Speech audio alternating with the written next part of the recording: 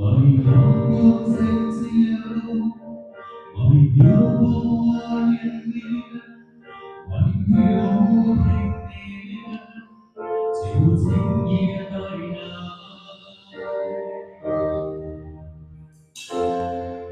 Quỳ thiên vua ma chúa, mời đứa yêu Giêsu, hiền múa không yêu, một chiếu tung hơi thở.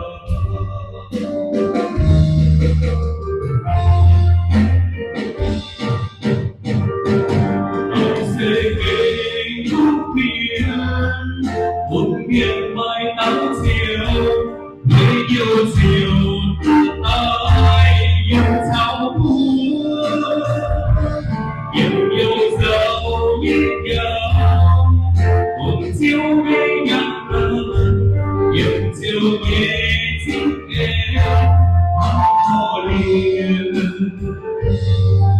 một bên lên lúa mai giao hoa biển thơm yêu buồn sau cơn bay năm thơ mà nỗi lu xin kia mà liễu ai năm thơ biển thơm nhiên nhiều quay chiếu tu nhiên đời.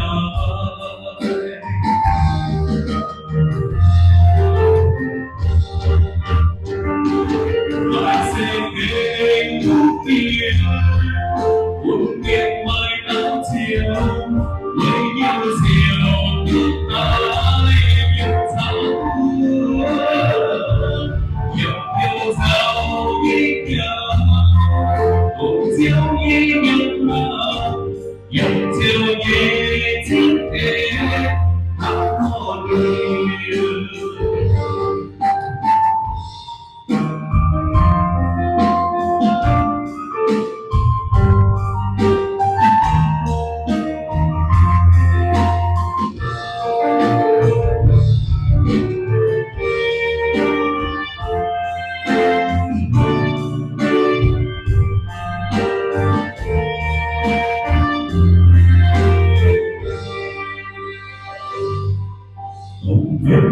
Lên mô mai giao hoa biển thơm nhỏ buồn sau có vài năm thơ và nói ưu chiều kia bằng liễu mai năm thơ biển thơm nhiều nhiều quay chiếu tu nhiên đời.